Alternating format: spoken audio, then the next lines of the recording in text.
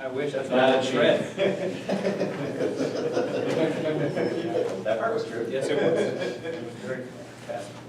Now I'd like to call to order the regularly scheduled meeting of the Granville Exempted Village School District for January 7th, 2019. I think we should probably rise again. We're very patriotic. I pledge allegiance to the flag of the United States of America and to the republic for which it stands, one nation, under God, indivisible, with liberty and justice for all. Dispense with the welcome and please take the roll. Mr. Jennings. Aye. Mr. Roller. Aye. Here. Dr. Corney. Here. Ms. Deeds. Here. Mr. Wolf. Here. All right. So I would call your attention to the beautiful banner that we have on the podium tonight.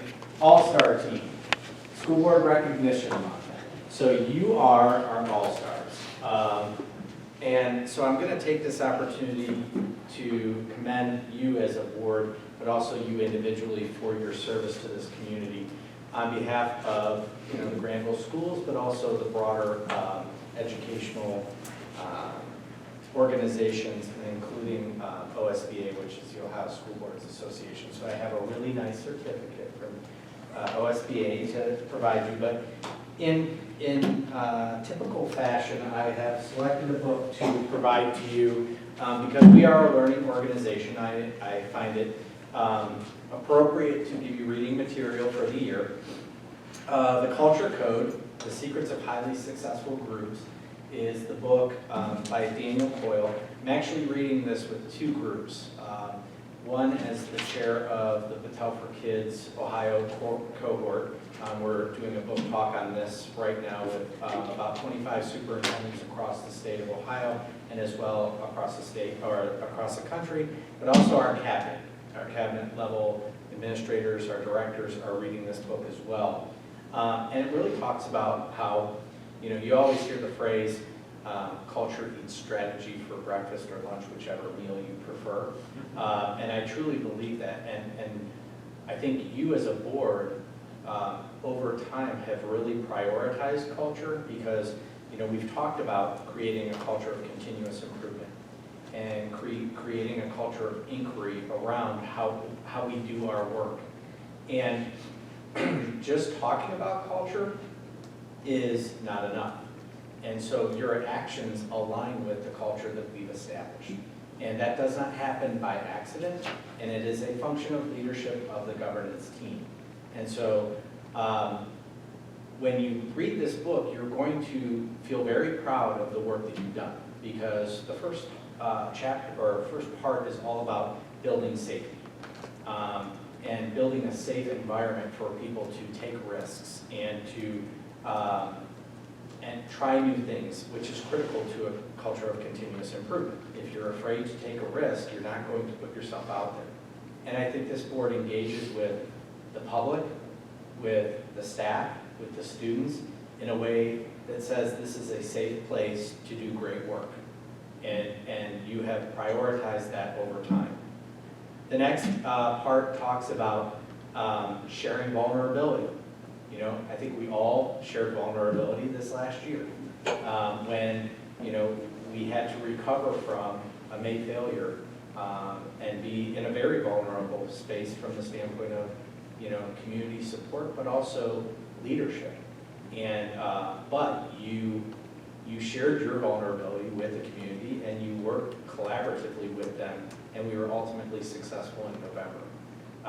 But the more you share vulnerability, the more open people are to trying to achieve whatever mission or vision you're communicating. And your mission of learning for life is at every level of this organization. And so I think you've demonstrated that vulnerability that really leads to the third aspect, which is establishing purpose. From the minute I walked into this organization, it was clear what your purpose was. And your purpose was to provide a world-class education in a personalized learning environment for all the students that live in Granville. And you have not wavered from it. So I feel like you are the epitome of the culture code. What we've prioritized as far as our purpose has created a culture that I think you can be very proud of as a Board of Education. And that does not happen by accident. It's not easy. And the fact that most of you have been on this board for a very long time has shown and demonstrated your commitment to doing this right. Where in a lot of other circumstances, we see leadership transition. In this organization, we've seen leadership stability. And that stability has led to great results for our students. So on behalf of everyone in the organization, and as I always signed inside, just in case I get famous one day, I can say you have a book project.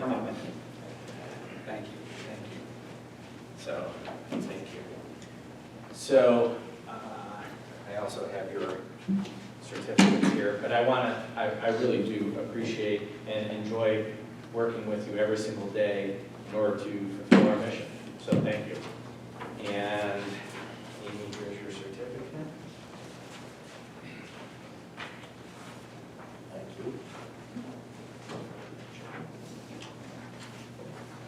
Thank you. And that concludes, you guys can clap for them.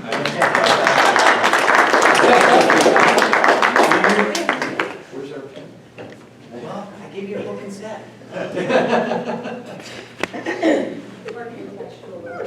Yeah.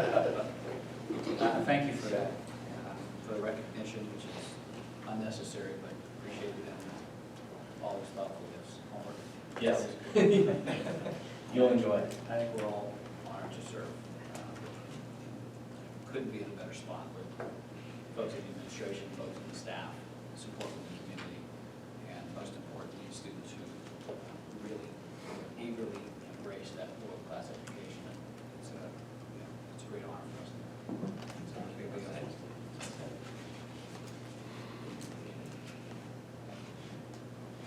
Staff report. All right. Mr. Sobel is going to give you a very brief report. Yes. Newark Greenville Community Authority held its organizational meeting at 5:30 this afternoon. Betsy Hampton is a longtime member of the authority, was elected as president. Eric Minton is one of our teachers who was just elected on to the authority as vice president. I will again serve as secretary treasurer up through the end of May until my departure. Really the main purpose for the meeting was to set the election and finance committee dates. The election will be held on May 20th. We have traditionally held it on the day of our May board meeting from 4 to 6, so we'll be here from 4 to 6. 4 of the 7 members are up for election this year. Of 3 or not. And then the finance committee meeting will be on May 23rd, that Thursday, where they will approve the surcharge for the year and also approve the budget and how to guide us to spend our money within the capital budget. So that was the gist of today's meeting. It was not quite as short as the record meeting, but it only took about 15 minutes. We're grateful for those folks for serving. They do a great job, represent the community very well.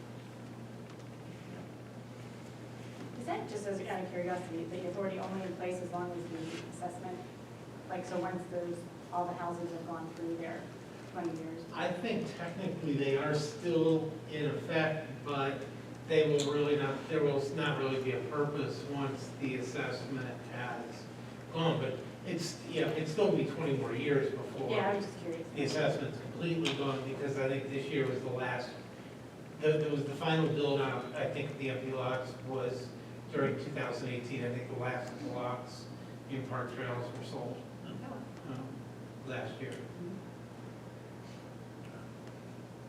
Questions? Okay, next, I'd like to invite Mr. Morris to the podium to share information about secure student pickup at the elementary. And Take it away, Mr. Morris. Well, first of all, I'd like to echo Mr. Brown's sentiments. Thank you all for being part of this organization and doing this. I also would be remiss if I didn't share. Last night when I was asking my daughter what tie I should wear when I have to present, and one of my securities, she said, well, you should wear your space cat tie. Josephine, I'm not really sure why you're thinking that one. Well, Dad, when they get bored, then they'll have something fun to watch. So feel free to get bored. So don't take it personally. So this presentation really comes on the heels of the CIP presentation the principals provided in December. And really that's kind of what we're going to talk about tonight is really the continuous improvement mindset and how we've gotten to the point of developing what we call the secure student pickup, which we're just stealing from the company that we're utilizing the tool. So I'm going to walk you through kind of the evolution of that process very quickly and then I want to stay away from the weeds because it can get very kind of dangerous in there and lots of little details. But really kind of give you a broad overview of the last several years and how we got to this point. In the CIP presentations, we talk a lot about academics and student focus and so forth. So this is a piece that I'm excited to talk about. It's been a very long process. I think you'll see the benefit in providing extra safety and security for our students and our staff. So to start, this is an aerial view, which is a Google Maps of the elementary school. You see Granger Street right through the top of the picture, so it's just this road right here. On the left, that is the main entrance to the building. Yes, so right here is the main office entrance. So this is Sunrise Street and College right here. For the purposes of the first few slides, just pretend this is all very green and muddy, and this is it's all green and muddy.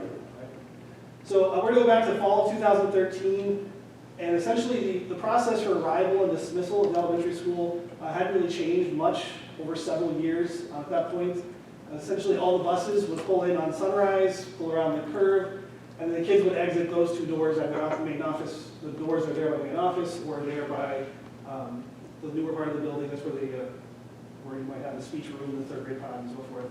And I like to call it the cattle call of kids. They would just kind of all come out, and all the buses were lined up, and cross our fingers and try to do our best to make sure the kids got on the right buses. Parents in the mornings would arrive, come down the alley off of Granger Street, pull along the sidewalk, kids would get out and go in on one of the two entrances there, and then in the afternoon they would park, and then they would come into the gym, and sometimes at 2:30 in the afternoon. At this point, we didn't have the electronic lock systems, so we had parents coming in, and when come into the gym, the kids would come in and ideally sit in lines to leave, but as soon as they saw mom and dad, they were out the door. And sometimes, we had some social events occurring after school with parents and kids and so forth, which did create some liability in terms of kids climbing on the ropes and things like that. So it kind of made us very nervous. So the gym was not an ideal place for this type of event. So we started looking at what were some other options to increase some of the security of that. Oh, and I apologize. So the walker door. So those students who live fairly close, we would use the door there on Granger Street near the music room.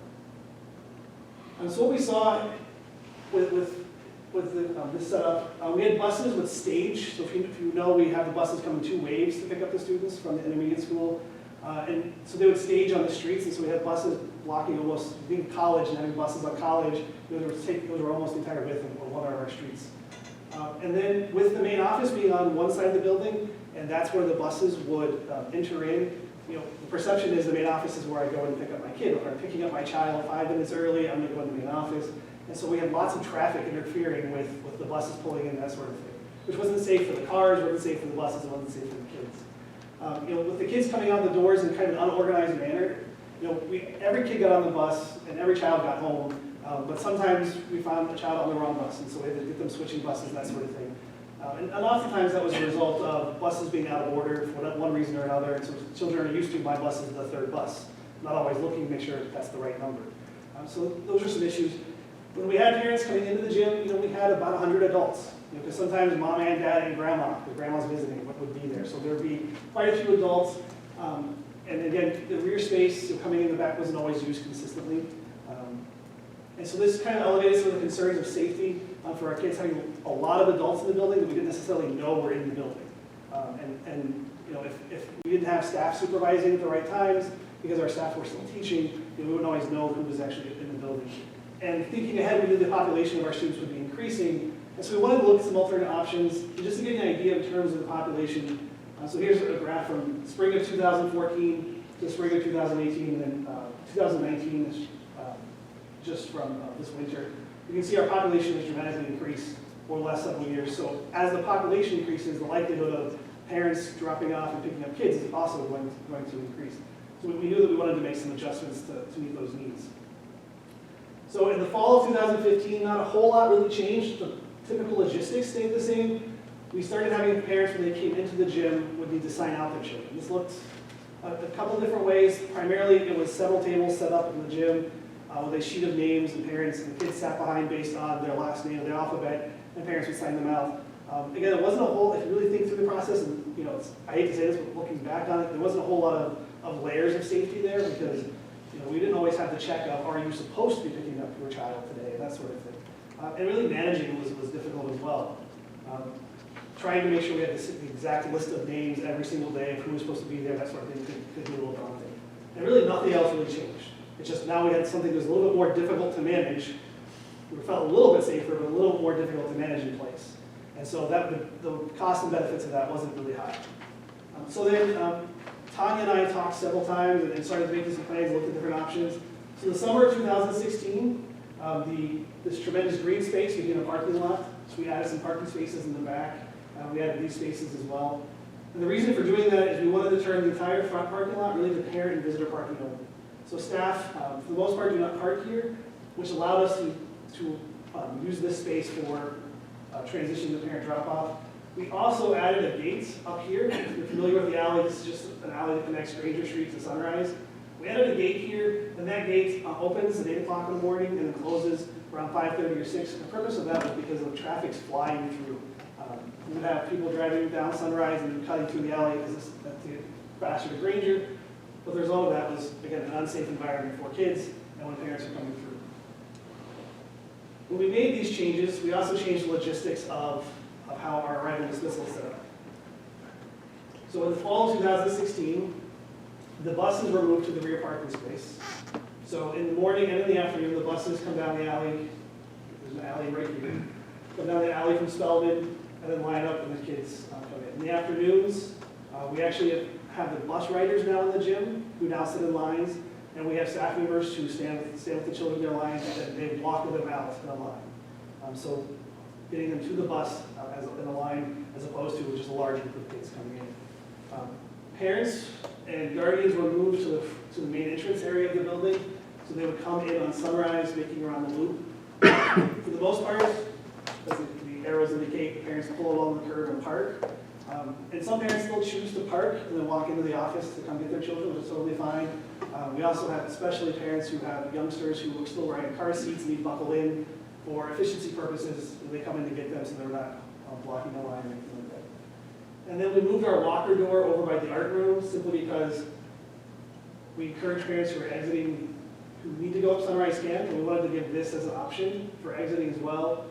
And so moving the locker door over here kind of kept the kids away from that main intersection of the alley. In order to make this happen and to, again, prevent a lot of adults coming into the building, the process essentially allows the kids to station right about here is the cafeteria. So our parent pickup students station here and again sit within rows based by grade level. We have 3 or 4 adults out here who initially we used walkie-talkies. We found that very ineffective. We now have adults who stands along the sidewalk, and we have parents have these really beautiful blue car signs that they all love to have hanging in their front windows.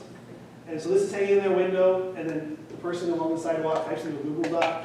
That name is on a computer in the cafeteria. We call out the student's name. They come out, and then we have multiple adults along the sidewalk helping children to get to their cars. So, reflecting on this process, in terms of the buses, Kim Clary has told me several times it's the safest the buses have been since she's been here. Because students are escorted to the buses, we don't have cars coming through, we don't have kids running down sidewalks, that sort of thing. And I would agree with her in my tenure as well, that it's definitely improved quite a bit. We have a lot less traffic in the front of the building that is unnecessarily in front of the building or interfering with the buses. And we also don't have parents confused which end of the building do I pick up my child. We do have parents who have kindergartners or first graders who pick them up for the first time in the middle of the year because they got off early, whatever it might be, not really have an issue with not showing where to pick up their student. One of the ideas behind the car signs is we felt better about ensuring the right student got to the right adults. So if you have a car sign, most likely you're the right adult to pick up this child. We felt much more comfortable about that. We averaged about 120 students. I actually counted today, we were at 112. 120 students who gather in the cafeteria for dismissal. And depending on the day, it can range from 60 to 80 cars. We do have several families that carpool, so I'm picking up 3 kids that live near me as well, which is great.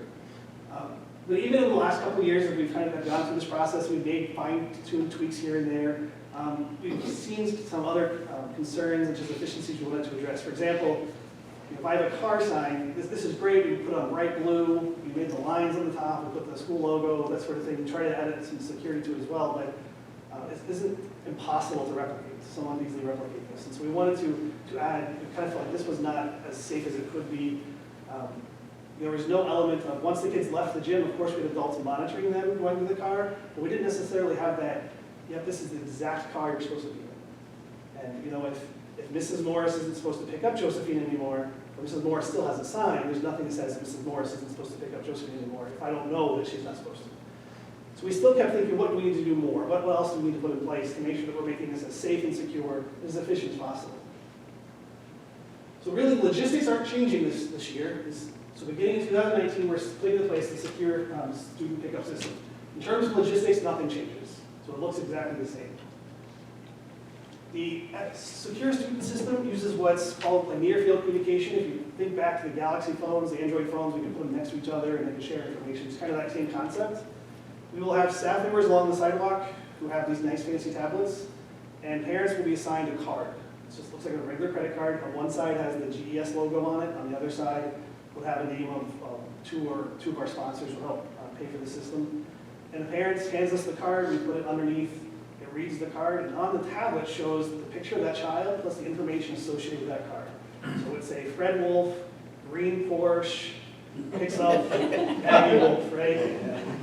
And we have a picture of that. That shows up, and then that same image, the same information shows up in the cafeteria, but now instead of being on a teacher's computer, just a list of names, we actually project the picture of the child along with the name. So children can see, oh, that's me, hopefully they recognize their face, and that's my name, and so that they can start hitting out. The added layer we really were attuned with was people who are not necessarily scanning cards can say, all right, Maggie, yep, there's your car. I'm going to push a little button that says Maggie got into the right car. And the names show up in order, so we know exactly which car is which. So the third name, it should be the third car, which might be Maggie in the green Porsche. And we can look and see that, yep, there's her picture, that's the car she's supposed to be in, that sort of thing. So each family will receive 2 of the cards, and then they register those cards to an adult. So presumably one for mom, one for dad. If they need additional cards, say for grandma, a babysitter, if there are multiple, if it's a separated family, we have multiple parents, then we can issue additional cards. I'll touch base on that a little bit later. But the idea is that that card is assigned to that adult. So when Fred goes to pick up Maggie, then it shows up that he's the one picking up Maggie. And we know that he's supposed to pick her up. The students, again, see the name and their picture in the cafeteria where they're sitting and waiting, so we can also see to make sure that, yep, that's the right kid walking out the door. So the additional security features that really appeal to us, let's say for a while I was allowed to pick up Maggie from school. Fred and I had a falling out, so I'm not allowed to pick up Maggie anymore. He can set my card, he can contact the school and say, Travis cannot pick up Maggie anymore. Do not allow him to pick up Maggie. So if I go to try to pick up Maggie and my card gets scanned, the whole system goes into lockdown until we figure out what's going on. So that way, there's not the fear of, Travis still has a car sign if he's not supposed to pick up Maggie. Well, if I have my card, but I'm not allowed to pick her up, then I can't use my card. The same thing happens if Fred loses his card. He can call us, let us know, hey, I lost my card, don't know where it is. Can I get a new one, but I need to have this one deactivated. If someone tries to pick up, finds that card and says, I want to see what I can do with this, and goes to elementary school to try to pick up a child, it's going to put the system in lockdown. And all that really means is this kind of stops the tablets. We can take out a lockdown if we know what's going on, but at least gives us a pause to investigate what's happening here. Why did this happen? So we really appreciated that. And the other feature is with the adults outside who can make sure and ensure that if Maggie got in the car, boom. So it's no longer just, we know Fred is here picking up Maggie. He's here to pick up Maggie. It's dad in his green Porsche. Walk outside. All right, you're the third car. That's the green Porsche. That's your dad. You're getting in the car. So we have that nice layer all the way from inside the building to outside the building of making sure that the student gets in the right vehicle. feature that I really, really enjoy is the parent alert feature. So parents can set up alerts so that if Fred designates me to pick up Maggie today, he's gonna get a text on his phone that said, Travis Morris picked up Maggie at Granville Elementary School at such and such a time. Now, if I'm not supposed to pick up Maggie, he's calling the school, he's calling me, why did he get in the car with her? And he's calling me, why did you pick up my daughter when you're supposed to? At the same time, hey, I didn't get an alert that anybody picked up Josephine. Could you kind of let me know what's happening? She's sitting in the office, that sort of thing. So we do like, obviously, to add a feature to that as well. On the school administrative side, that data is stored. So I'm able to, if there's some confusion of what happened, did grandpa pick him up yesterday, what happened, I can go back and look at the data, who was picked up by whom and when, to the very minute. So obviously, we appreciate that feature as well. So there's a cost factor to this. For the first year, it's $5,500. That covers the material of 5 tablets with the fancy little harnesses, as well as all the cards for all of our families.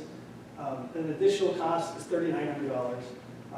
And the $3,900 is going to cover uploading the data every year. We have to upload new data, pictures, student information, that sort of thing, as well as new cards that would come out, as well as maintaining servers and that sort of thing. For the first 2 years, we are totally funded through support organizations, the PTO, Denison University, Hugh Price, sorry, this typo, I'm not supposed to, Hugh Price, and HER Realtors, and Park National Bank have all put money forth to help fund the first 2 years of this process. So really, there's no cost to the families whatsoever, except if they were to want to have additional cards. $7 to replace a card or to have an additional card, and that money just goes into a fund to help purchase and pay for renewals from year to year. So in the end, the secure student pickup system has been a long process. It sounds like a lot of extra layers, but I would hope you would agree the world we live in is scary. Even in Granville, it can be a scary place. We want to make sure the right kids get in the right car at the right time. And through our research and the work that we've done, we felt this is the best step. That being said, we do have a continuous improvement mindset, so we're always thinking, so what's next? What can we do next? So we are going to monitor the process throughout the remainder of this school year. Parents will be receiving their cards actually this week, and then over the next couple of weeks, we'll have a soft kind of run and transition, and then having a full implementation by the end of January. We'll just evaluate, monitor logistics. Are there other changes that we need to make? We also want to consider this, is this something we use for the walker door? Right now, the walker door, we know who our walkers are. Those typically don't change. And so we have 2 teachers there who make eye contact with parents. And there are a few that live really close to the school, but we just know they're going to lock.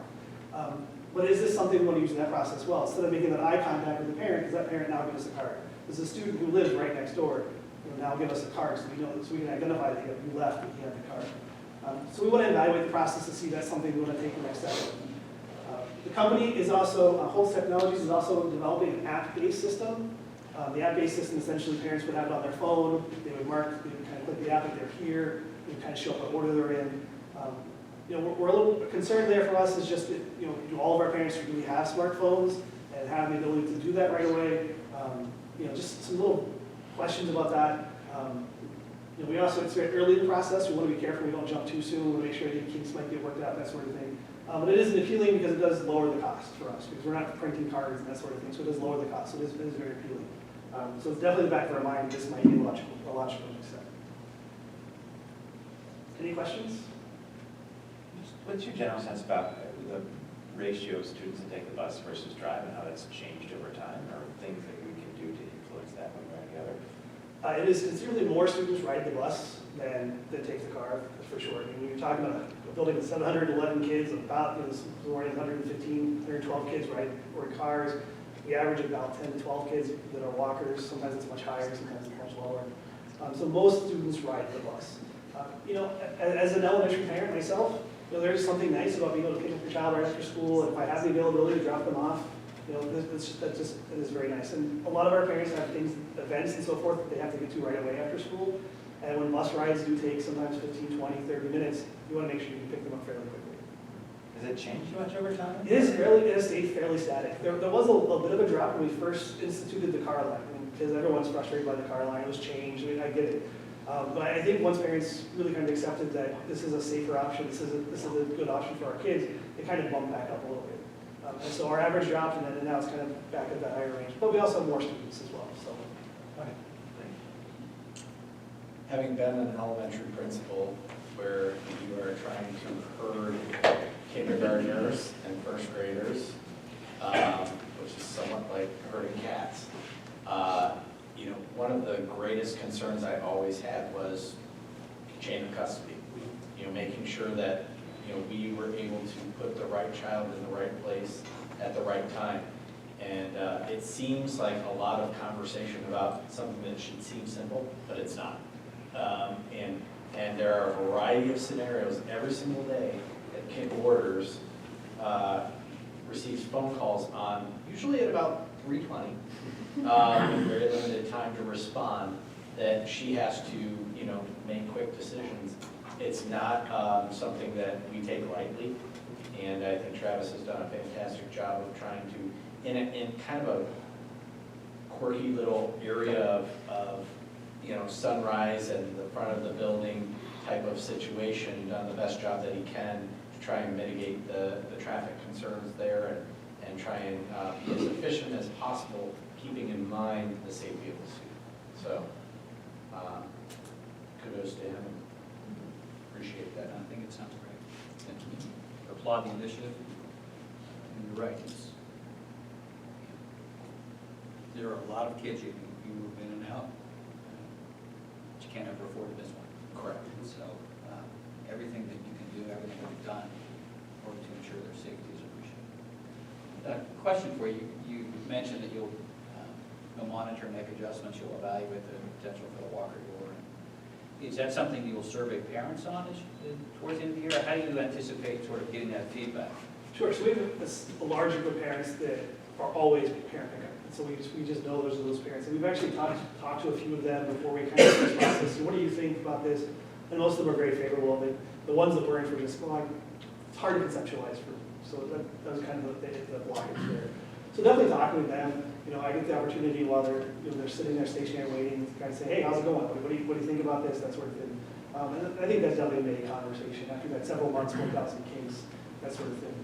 Probably over the summer, invite a few parents in to have some conversations. I've had conversations with small groups of parents, just sitting down, having some coffee and working through these. We've also had conversations with the community members living along Sunrise in college as well, and kind of getting their ideas of what those look like.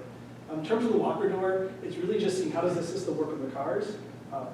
Honestly, I don't see it not happening for the walker door, but I just want to work through this layer first and then make sure we work out any kinks in that phone. I think that the walker door is a prime location for that, just because, again, it's another layer, it's another vulnerability that we want to make sure we get around. When you assemble the data, or you upload the data, that you can look back on later and see when kids left and with whom they went, how do you account for, or does the system account for a child that may have been dismissed an hour early to go to a dental appointment or something like that? Did that get uploaded into that same system, or is there a way to track? So right now they're not parallel systems. So SSP is its own system, it has its own dashboard we work from. The system you're referring to, that data goes into progress book. And so if a child leaves at 2 o'clock and is signed out, one of Kevin's responsibilities at the front desk is to then put in there that so-and-so left at 2 o'clock. Still tracking. Yeah, so that is still tracked. A lot of that is also stemming from the House bill a couple years ago of attendance changing to hours instead of days. But we still have the sign outs and everything. Is there potential that this becomes the way that students are signed out of the building? Possibly. But again, we don't want to jump too quickly to something. We want to make sure that we just kind of make a slow, gradual process. Great. Thank you. Thank you so much. Thank you, Oh, Travis. Travis, by the way, Maggie needs to be picked up to go back to Highway. And you're okay to do that. Any reason to go to Adams? Only a great portion. Yeah. She'll be disappointed that Dad's not taking her to grade Yeah. portion. As Travis is transitioning, you know, I remember as an elementary principal, I had a lot of really unique ties. I have to say, a cat dressed as an astronaut. Yes, this is the number 2 requested tie. From Is students. it? Number 1 is the donut tie. Yeah. So I have graduated now to stripes. And Travis said his tie was going to keep you awake. I am really going to try and keep you awake because I have 45 slides to share with you. But I guarantee you will hear the excitement in my voice when I'm talking about our portrait of a graduate. And what I want you to do is just kind of think about, and keep your mind open to, you know, what we're trying to do from a world-class education perspective, and thinking about our students in not only Henry when he's a kindergartner, but Henry when he looks like an angry teenager, apparently. And what that means for us as an organization. Because what I'm going to take you through is what I've taken all of our building staff through, which is a presentation on landscape shifts and how they impact the future of our schools. And this work has been done in combination with Adele for Kids and Granville Schools and Bill Daggett and his research on the future of work and the future of schooling. What we're trying to do is just kind of lay the foundation for what it is our schools need to look like, sound like, feel like for our students that are walking in the doors today. So just to be a little bit disruptive, I'm going to give you a sense of what is happening right now in our world. Okay? So with that, This is when you're reading, when you're talking to yourself, your brain transmits electrical signals to your vocal cords. You can actually pick these signals up, and you can get certain clues as to what the person intends to speak. So the brain is sending an electrical signal for a word that you would normally speak, but your device is intercepting that signal. It is. So instead of speaking the word, your device is sending it into a computer. That's correct. That's unbelievable. Let's see how this, so we tried it. What is 45,689 divided by 67? Sure. He silently asked the computer, and then hears the answer through vibrations transmitted through his skull and into his inner ear. 6, 8, 1, 9, 2, 5. Exactly right. One more. What's the largest city in Bulgaria, and what is the population? The screen shows how long it takes the computer to read the words that he's saying to himself. Sofia, 1.1 million. That is correct. You just Googled that. I did. You could be an expert in any subject. You have the entire internet in your head. That's the idea. okay. Think about that. Having the entire internet in your head. Now, that should be very scary for you. And as well as for all of us that are educators, because we know the strengths and weaknesses of the internet. And what we have created as kind of the foundation of our learning experiences for our students is the intersection of curriculum, assessment, and instruction to get at the heart of student learning in the context of 21st century life, which is about problem solving, collaboration, communication, innovation, and critical thinking. And that was probably very appropriate and is probably still mostly appropriate for our students that we're educating currently.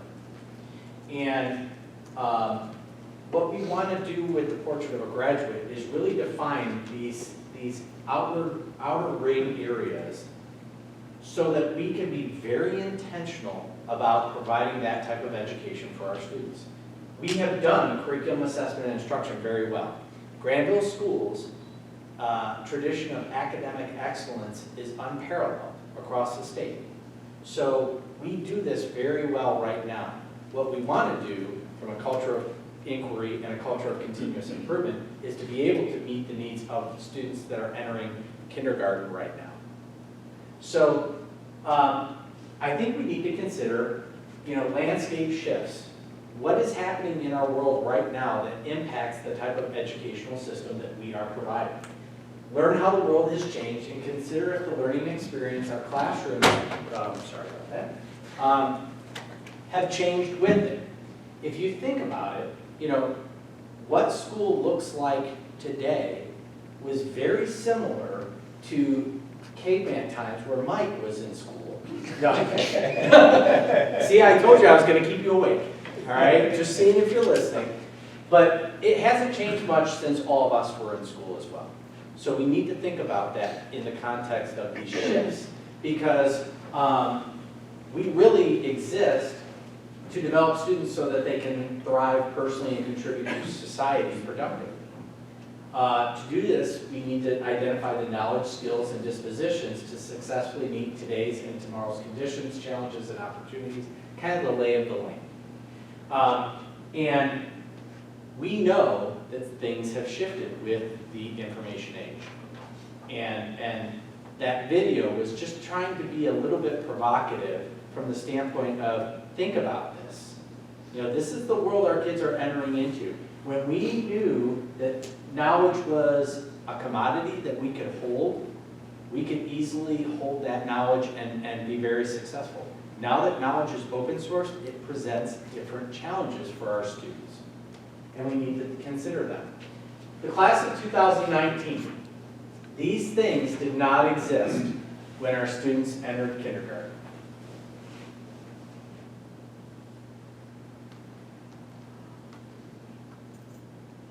All right, bonus points. Who knows what this is? Snapchat. Ah, well done, well done.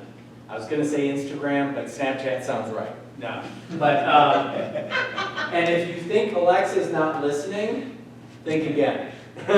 She's always listening. But all of these things did not exist when the students that were in the class of 2019 entered kindergarten. Think about that rate of change. And I think we need to think about that in the context of what type of education we're providing. So do the skills and mindsets exhibited by our students represent an accident of chance or an intentional outcome of our community's vision for them? This is what the Portrait of a Graduate is all about.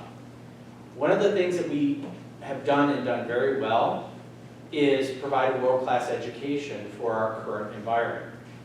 But we need to be very intentional and not take for granted or leave it up to chance that we're going to provide them those same educational opportunities in the future.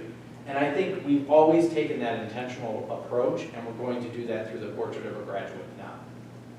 So, how has the world changed? The first area that I want to talk about is the changing workforce needs.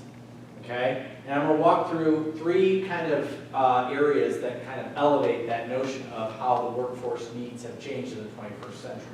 The first is routine to non-routine work, the gig economy, and the service economy. The first thing that I want to share is from a workforce need perspective for a new economy. We started out, obviously in the agricultural age, and what we needed was farmers. Then we moved into the manufacturing and industrial age, and what we needed was great factory workers, people that could do routine tasks. Then we went into the computer and information age, and we needed knowledge workers, people who could take that knowledge and apply it to different contexts. And now we're moving into a conceptual age where we need to blend high concept, high touch notions into new innovative ideas and creations that benefit the world. So I'm going to talk more about high concept, high touch in a minute. But just to give you an example of what we mean by a changing workforce, I have a little bit.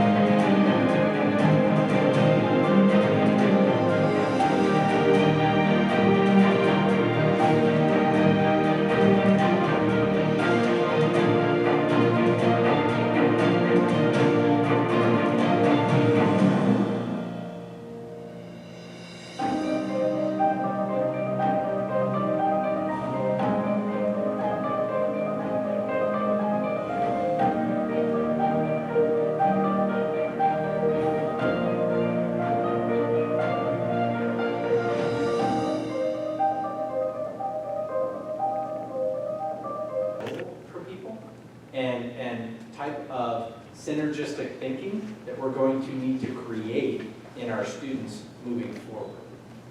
By the way, they add thumbs in the house. What's that? They add thumbs in the house. Yes, exactly. If you can write an algorithm for a task, most likely the job is going to be gone. Because from a profit standpoint, it's easier to have something that you don't have to pay to do the work. Whether that's right, wrong, or indifferent, that's the environment that our students are going to be exiting our school district and entering into. And there's a whole bunch of other aspects of that I think we should teach kids, like the ethics of things like that. And those are the types of conversations we should be engaging with our students. The service economy. Most occupations require more frequent human interactions. 80% of jobs have a service component. What does this mean for our students and learning? Remember, over the last 20 years, we have been moving away from human interactions, removing play time from kindergarten, and focusing on the discrete instruction of teaching to read, do mathematics, science, and social studies, where the future of work is going to elevate, because the routine tasks are going to be done by computers, but the things that are really challenging are going to have to be done by humans. And the service industry is one of those things. So what are some other broad societal trends? Obviously, we're going to talk about the flat world, civic life, and media literacy. Craig, I think you'll really enjoy this portion of the media literacy, and the pace of change. Because I think that is probably the most startling aspect of the research that Brian and I and the administration have been doing around what type of environment we want to have for our students. And so the flat world, Thomas Friedman wrote that book several years ago, and when he wrote that book, the iPhone didn't even exist. And he thought the world was flat then. It's a lot flatter now, where collaboration and competition for opportunities and resources exponentially increases. I want to also say that because of this is why well-being is so critical. Because our students know that they are competing globally. And so there's an anxiety and a stressor that is a byproduct of that flat world. Whether they're seeing that on a phone, or they're seeing that with their peers. And so this is it's broader than just the academic side of the equation. And so we need to identify that and think about that moving forward as well.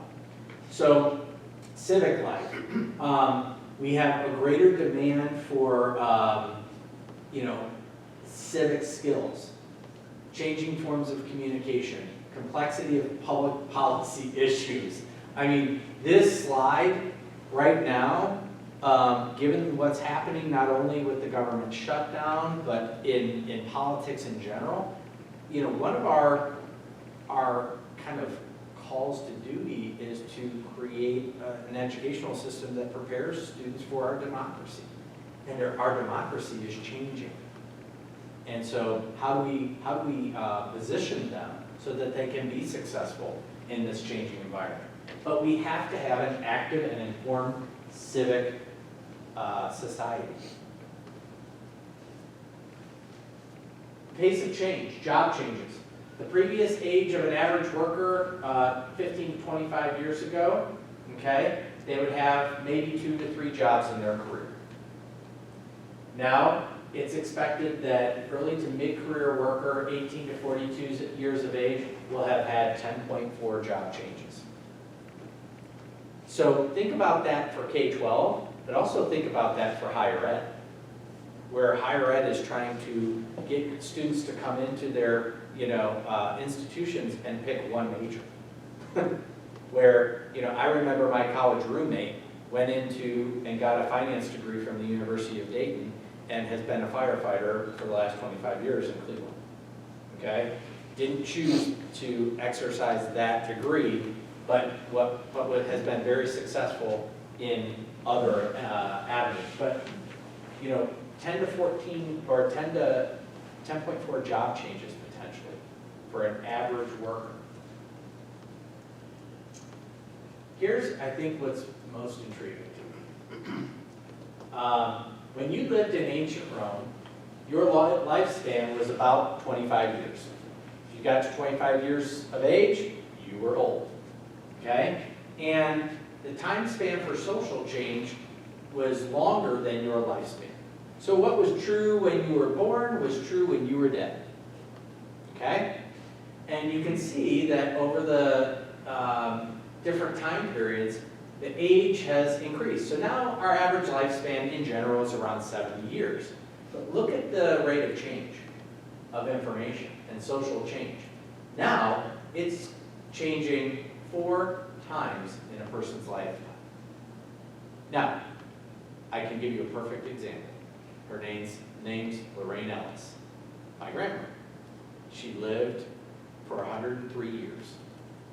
Think of the amount of change she saw in the 20th century. Well, I can tell you, she went to school and worked in a one-room schoolhouse in Zor Valley in New York, okay? Went to school on a sleigh. Her son flew the first block of the F-16. Think about that. So those are really interesting. We're living in very interesting times. The rate of change is exponential. As a matter of fact, it takes time, the time it takes for knowledge to double in the 1900s was 100 years. In the 1950s, it was 25 years. Now it's 18 months, and they say it's going to get to 12 months soon. So again, an educational system that creates standards that last for 5 years, just think about that. Those standards might be irrelevant to the world that our students are going to be going out and engaging with in society. So we have to think about ways that we become more process-oriented and application-based and skill-based, as opposed to expecting students to retain a certain amount of knowledge that might not be useful to them when they exit our system. I'm not saying it's all irrelevant, but I'm saying we need to challenge ourselves to think differently about the world that they're going into. Media literacy. How do we teach our students to critically consume and evaluate the quality of information? I remember when Erica Mackley was standing at this podium, and she talked about what she did in her library. And it wasn't just about checking books out or teaching the Dewey Decimal System. It was about this. It was teaching kids how to critically evaluate information that they're consuming on the internet. That open source environment that students are engaging in with or without us. And that is critical for their future, and especially for our democracy, as we've seen. Relating. I want to talk a little bit about high concept, high touch, because I touched on that earlier, empathy and student engagement. So right now, what Thomas Friedman is talking about is the ability to detect patterns, opportunities, and create artistic and emotional beauty to satisfy a narrative, combining seemingly unrelated ideas into something new. That's high concept. High touch is the ability to empathize with others and understand the subtleties of the human interaction, to find joy in oneself and elicit in others, and to stretch our purpose and meaning. Okay, so that's what the future of work is really going to be touching on. We really don't need cooler cars. We have them. You just ride with Thomas one time. Okay, that's high concept, high touch. They basically merged a really cool computer with an automobile and made it intuitive, made it automated, made it more cost effective, better for the environment for sure. Okay. So technical skills matter, but even more combined with empathy, compassion, and care, which over the past 20 years we have kind of eroded from our curriculum. And so we need to think about that. So just to give you an idea of how you can build empathy and care in a more global environment, we found this example, which is kind of cool as well. What's in here? Je mets ça dans l'oreille, Put it here. comme ça. Yeah. Ok. Can you hear me in French? Voulez-vous me l'entendre en français? Ah oui. Mais je peux t'entendre parler français? Yes, I can hear you talk French, Comment ça se fait? but this is awesome. So, thinking about global language, we teach French, we teach, Latin, we teach Spanish, and a variety of other languages in our schools. And this future tech environment, you can put an earpiece in and communicate with someone across the globe, and they can understand you and you can understand them, which gets at that interrelatedness, that relating side of the equation. So again, advances in technology can bring us closer together or divide us even further, depending on which way we're trying to achieve. But one of the things that I think is resonating with our staff is there was a meta-analysis done on the empathy of college students declining. And generally, college students are less empathetic than generations of the past. Why is that? Why are we becoming less empathetic and less human through our schooling process or our societal processes and changes? And what separates us from the rest of the animal world is our ability to empathize and besides opposable thumbs, empathize and have compassion and care for others in an intuitive way. This is important to teach because we need to think about others in the process of thinking about profit motive and other things that we teach kids to do in school. So student engagement in general, Gallup put together this information. Now, the good news is Granville Schools doesn't have that type of trajectory right now, but student engagement from 5th grade to 12th grade, it peaks at 12 or goes back up at 12th grade because they're trying to get into college. Okay, so they engage a little bit more towards the end. But in general, we do not want a slope of that magnitude as far as student engagement. And why are students less engaged? Because they're seeing less relevance to what we're putting in front of them. How do you measure engagement? There's a, I can get you that information, but it's self-reported. Okay. How much is this information, keeping you engaged in the learning? Okay. Okay? So it's a self-report, but I can get you the actual Gallup report. Yeah. It's pretty lengthy. A link would be fine. Yeah, a link, yes. And this is just touching on student voice, but we asked some of these things in our exit surveys. And again, our response rates are much better than the national norm, but I think if we don't continue to keep pace with what students are going to be needing in the future, these numbers could be at risk as well. Understanding the importance of failure. This part also really resonated with our staff because when we were growing up, our parents recognized that you trip, you fall, you get up, you recover. It was part of the learning process. Over years, we have created a culture where everybody needs to be successful the first time they try something, as opposed to recognizing that failure is a part of the learning process. And I think that we need to think about that also from the standpoint of a well-being perspective.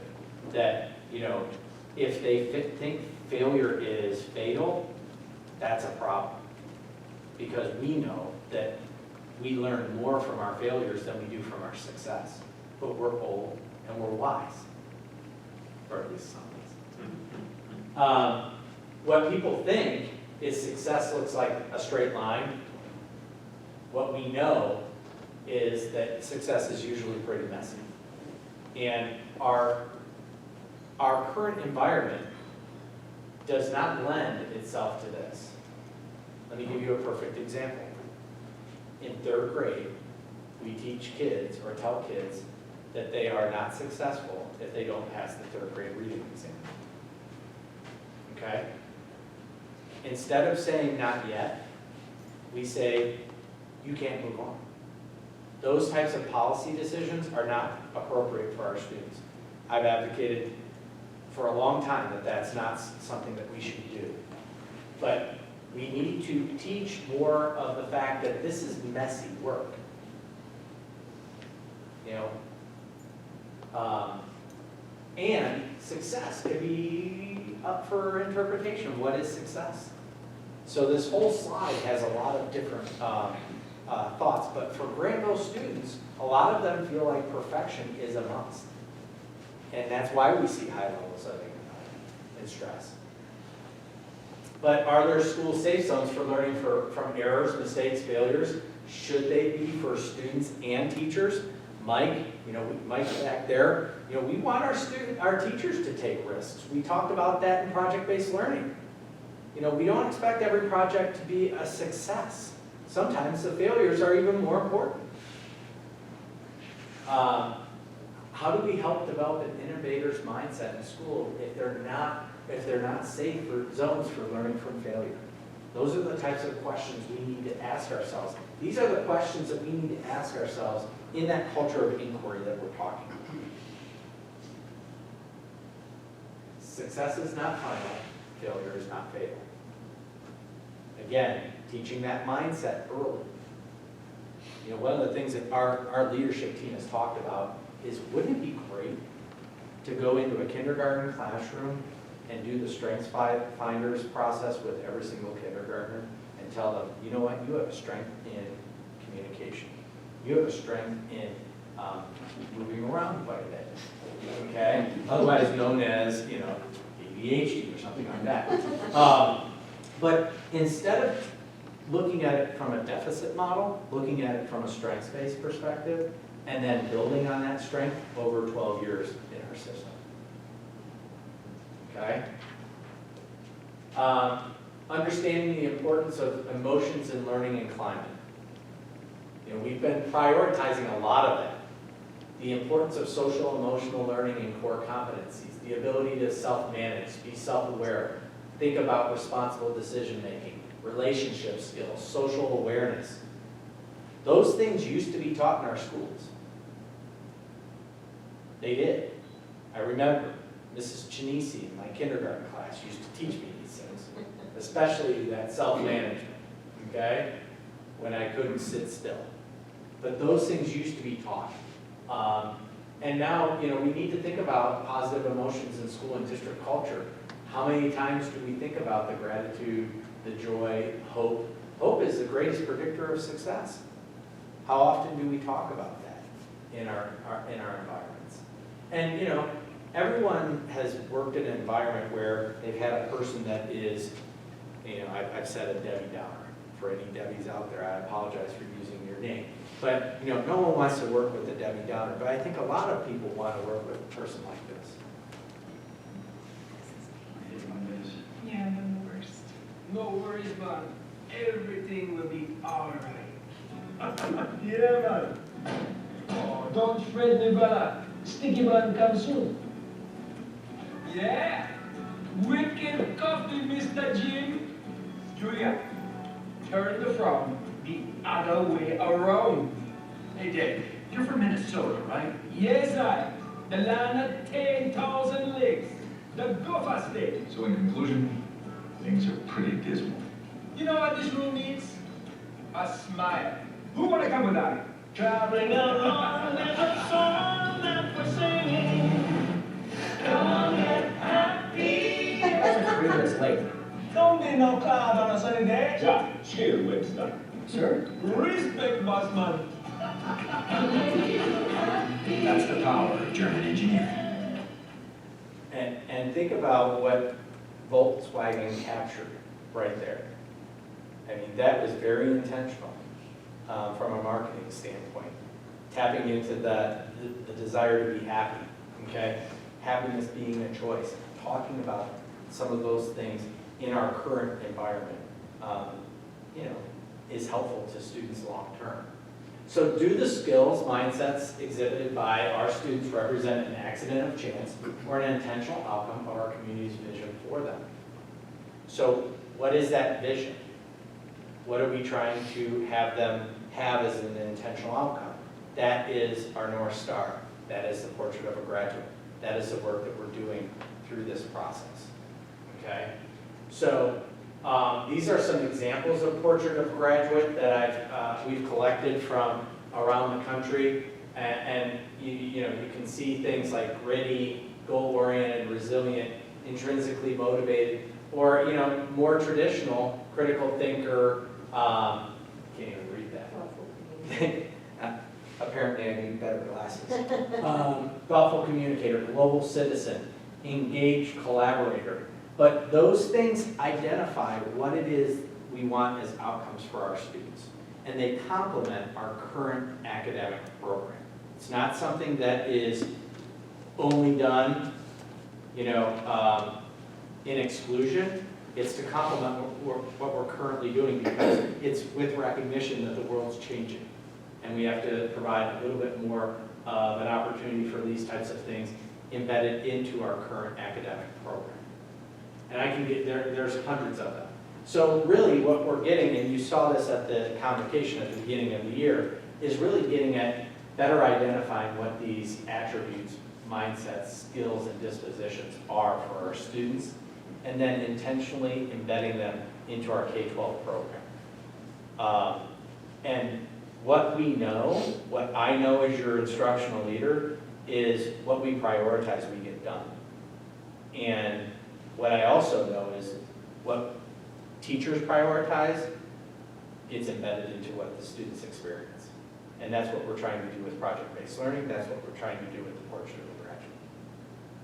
So, anybody here tonight, and the board, if you see on your table, Ryan has given you some information. I'm going to invite him up. We've been partnering with Patel for Kids in going through this process.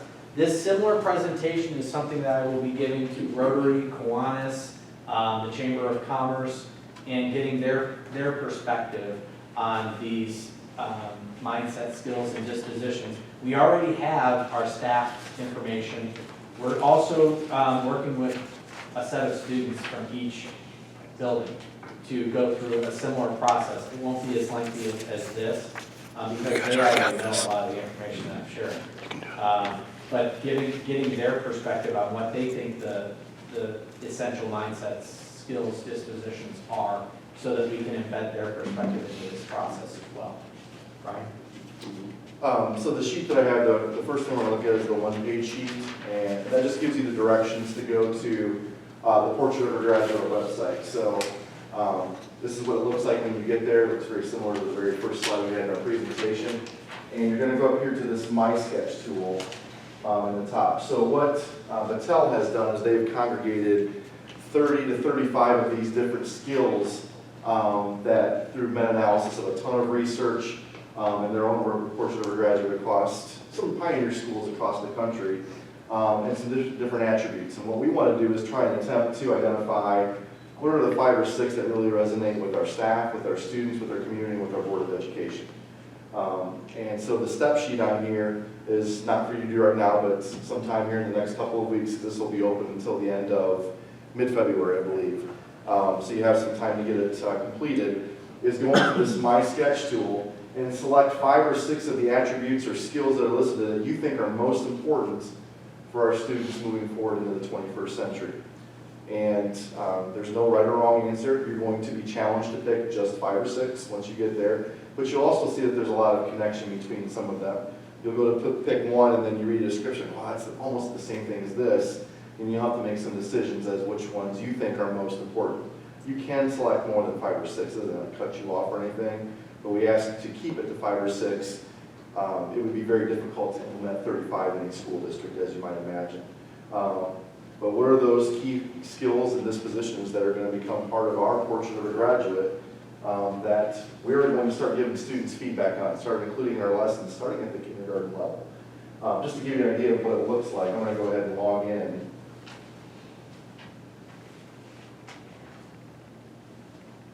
You'll click on create a new account, but once you get all the way through the account, here are some of the different things that are listed. And where it says view more, when you click on them, it gives you a short description.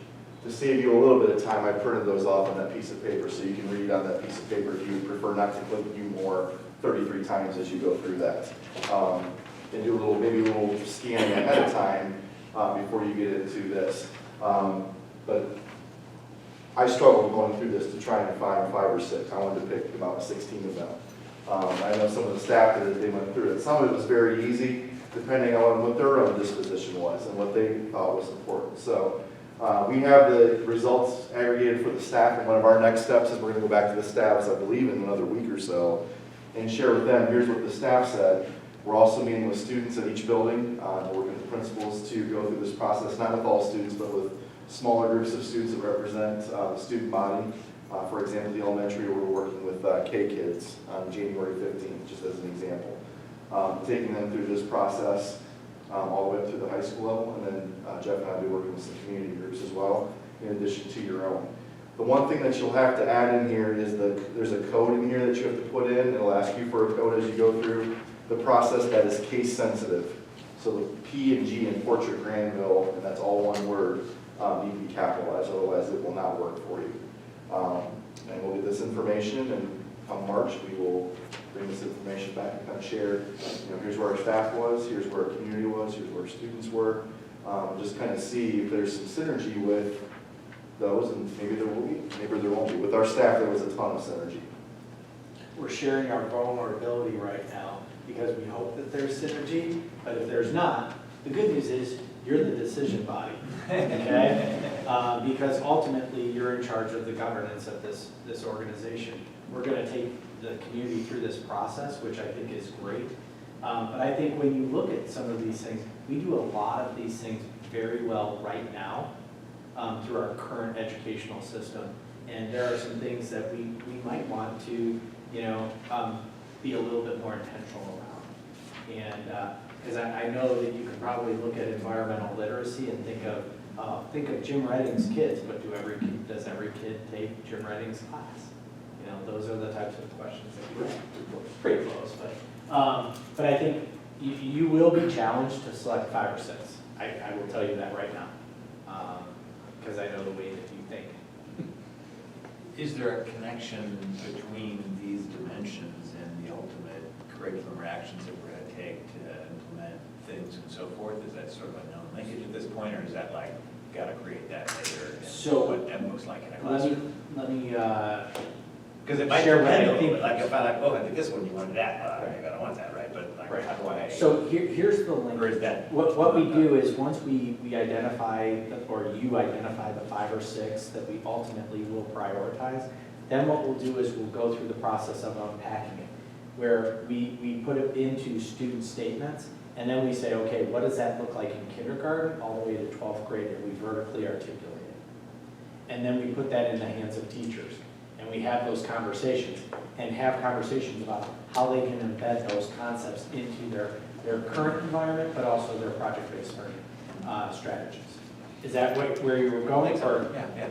Okay. But that's kind of where we'll go in the future, and that's hard work. That's not something that will be done overnight. And I don't want to take it off the shelf. Like, I don't want to buy a program. What we know is the best work that we've done is when teachers talk to teachers about what it means to be an effective communicator. What are your thoughts relative to like, okay, these are some fantastic dimensions. I think we can craft a whole educational system around it. Like, what do we do less of?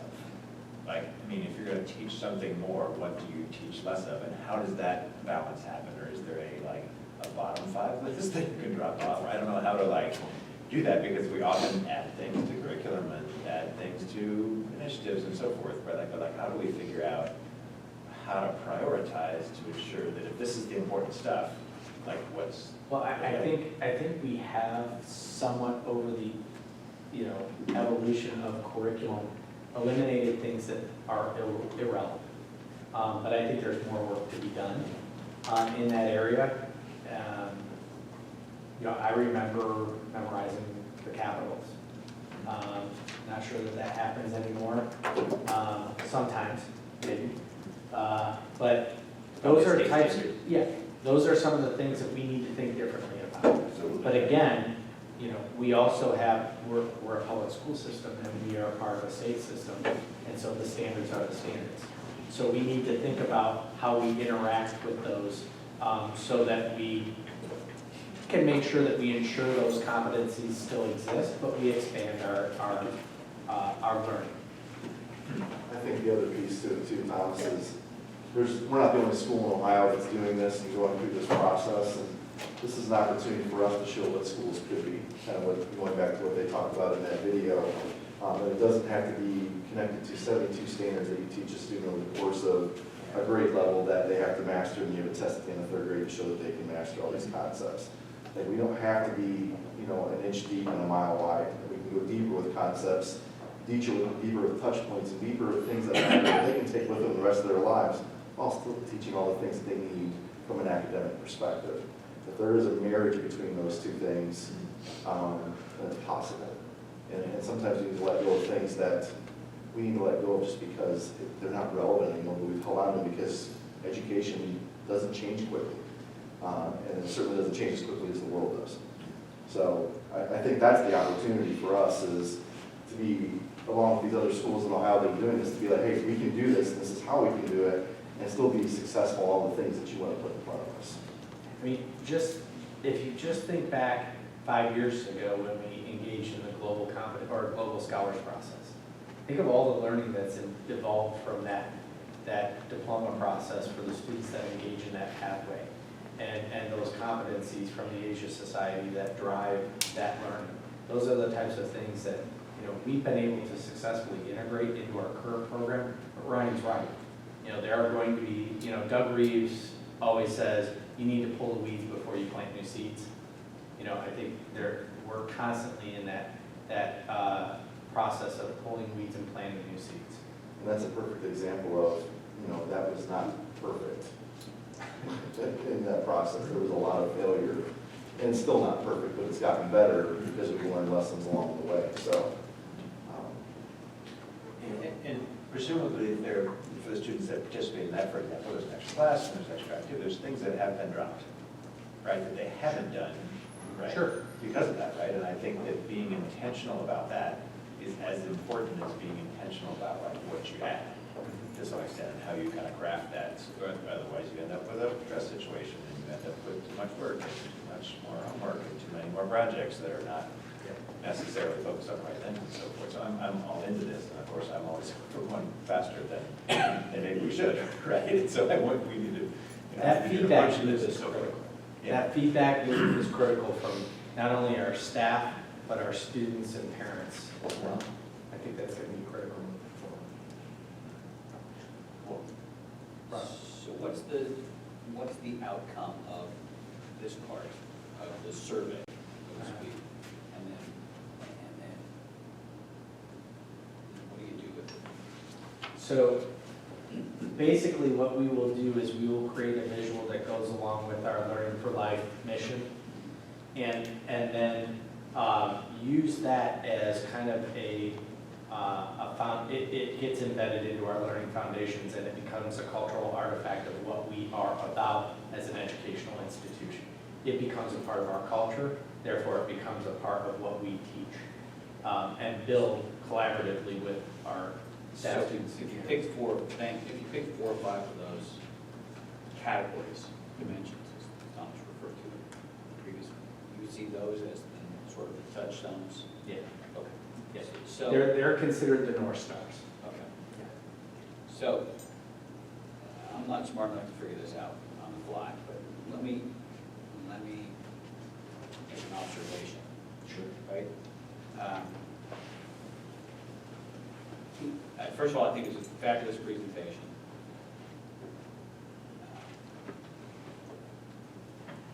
Very eye-opening, very encouraging. You talked about the change in knowledge acquisition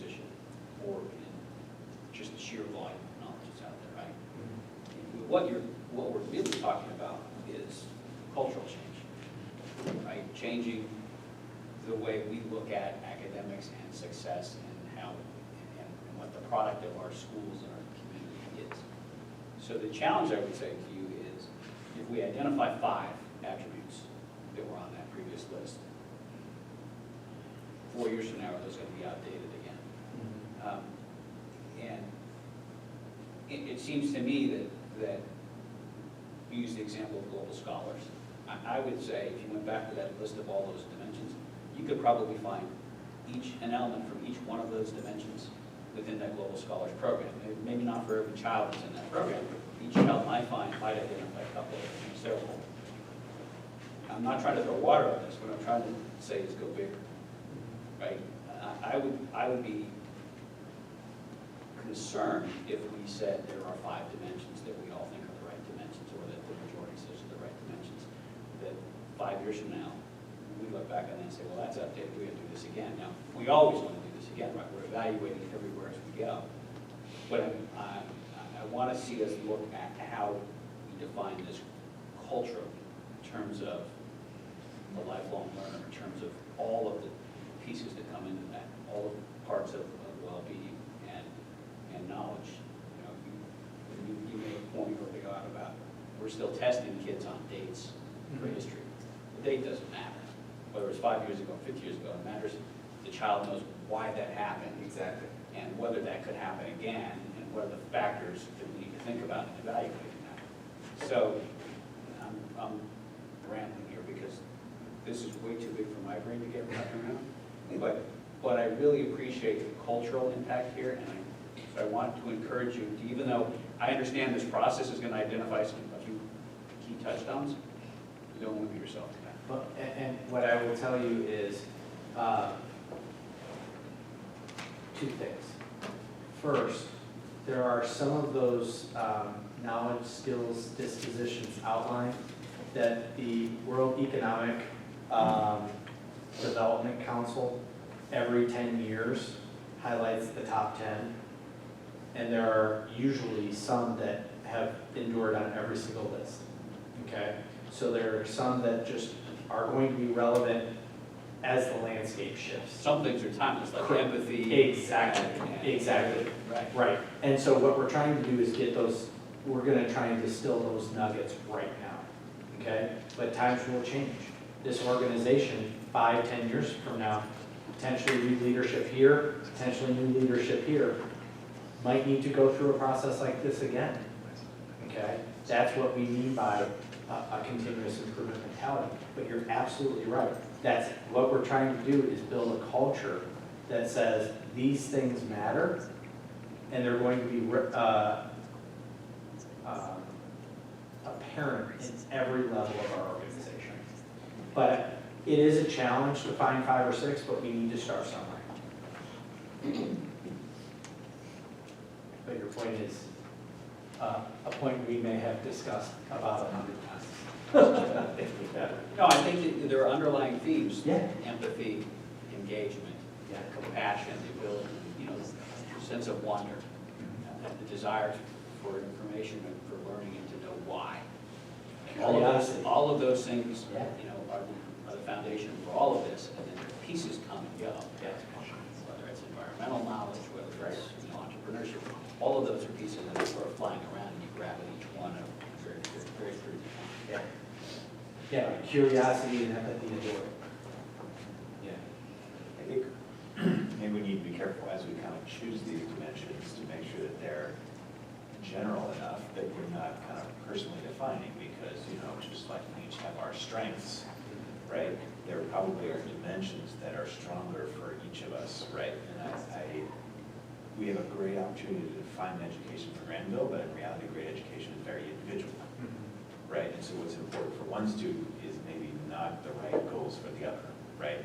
And so these dimensions, and I haven't kind of reviewed them to see how relevant they are across different individuals, we need to make sure we don't sort of like pigeonhole and just trying to make one student that all looks like this, right? Because the key to success of our society, right, is that diversity, right? And we need, presumably there's some common elements, right? but there's important aspects of diversity that we need to ensure that we celebrate, right, and recognize within our students and individuals. And I think part of the process illuminates that. That, you know, with all these things, we can find students that have success traits in all of them, or in some of them. And sometimes when we come from it from a deficit perspective, we eliminate the possibilities for kids. And I think we have to keep our minds open. You're absolutely right. This is a personal endeavor. And it's interesting when you look at successful people and what made them successful. A lot of times it's not their knowledge base.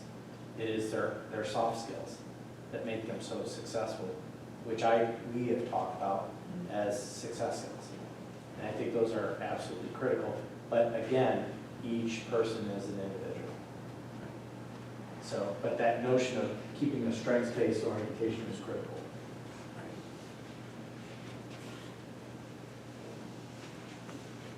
I kept you awake.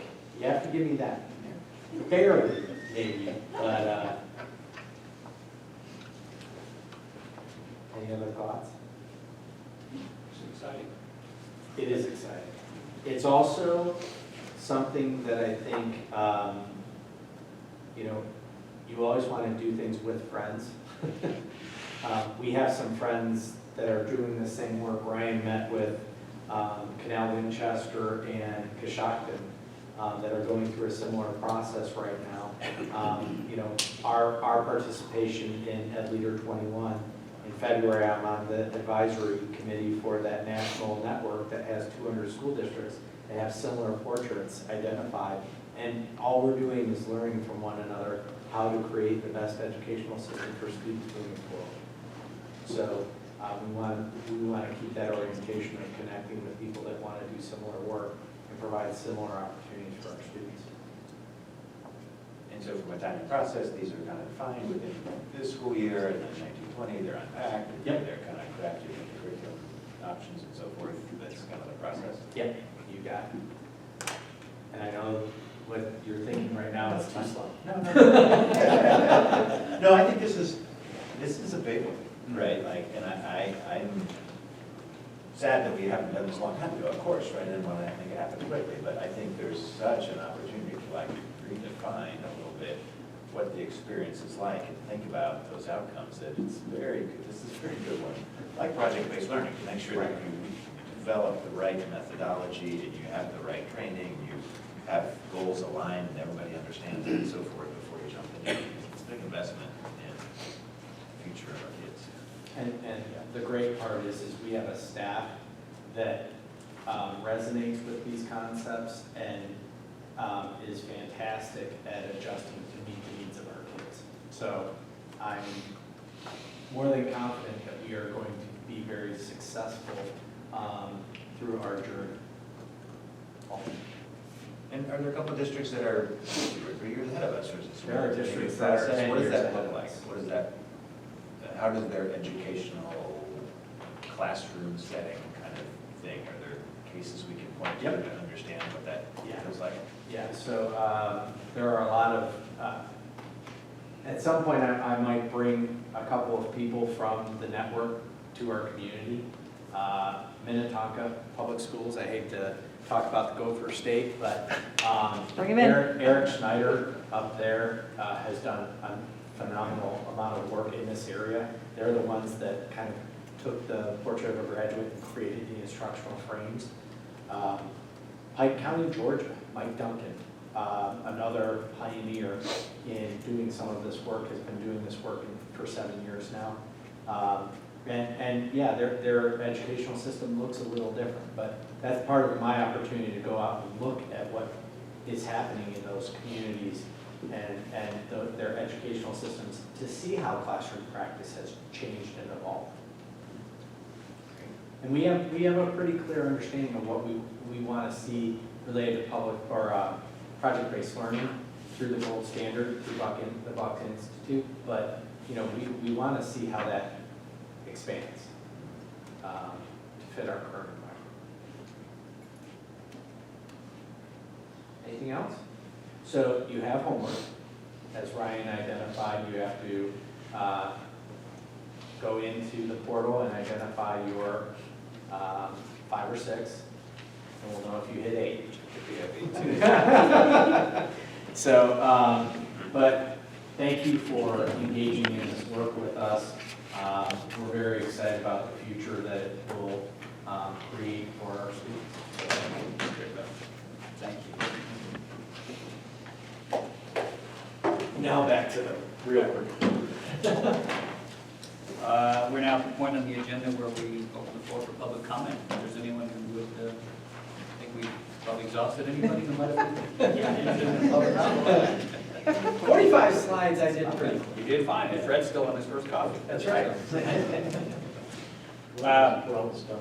Oh, getting dangerous. So board discussion, next on the agenda. We did not specifically indicate certain items for board discussion. There are a couple of suggestions that I think merit some consideration.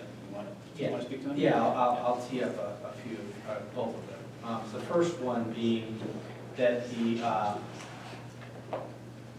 Village Council has been going through a process of working with the H-Plex medical facility to try and get agreement on that proposed development, which is, an orthopedic surgery center office area. And the developer has talked about needing a TIF for some of the infrastructure upgrades that are necessary. And so Mike and I have been in communication with the village manager, Steve Piles, about what options are available. You've engaged with TIF conversations in the past related to Kendall, also with the apartment complex on River Road, which I thank you. This was escaping me. So we've engaged in conversations around this in the past, but it's a conversation that is currently on their docket, and we're talking about it now. As you know, the village can approve up to a 75% TIF for 10 years without our approval. There are also other ways that you can do a payment in lieu of tax. A lot of those options are available to them. They are currently engaging in those conversations. I think from our vantage point, or at least what you've expressed in the past is, we're trying to stimulate economic development that doesn't add more students to our roles. And a project like this is something that would be advantageous to the Class 2 tax base. And so, we've been supportive of it to the developer and to the village council, but we wanted to put that on the table to discuss again from more of a public perspective. One of the things I can imagine must be confusing, for me as a board member, much less a village council member or community member, is just the understanding of the economics of development and things. And I wish we had a clearer, cleaner way in light of changing funding formulas and so forth, right, to do it. But I think that we've been pretty clear about, again, economic development that doesn't add student base is a good thing, right? And I don't know how to run those numbers for them or talk to them about, I think with home value, there's some ratios that have been discussed, but with things like this, I think it's maybe easier or cleaner, but we need to make sure that we put some guidelines out there. It's not like they can, they're beholden to us to approve or not approve a TIF, right? But it'd be nice to find a way to clarify a formula or economically, communicate the status of funding of the schools relative to things like this. And it's usually a pretty individual process because what infrastructure needs are on the table, really define how much money is engaging in the TIF and the duration of the TIF. Like for Kendall, it was a 15-year TIF. It ended in 7 years because of the revenue that they received from that TIF. They were able to finish the project sooner and pay it off quicker. Obviously, it's important for us to get the project completed, get on the books as soon as possible so that we can realize that tax benefit. But there is something to be said about a short-term loss for a long-term gain. And we need to continually think about that in these development discussions.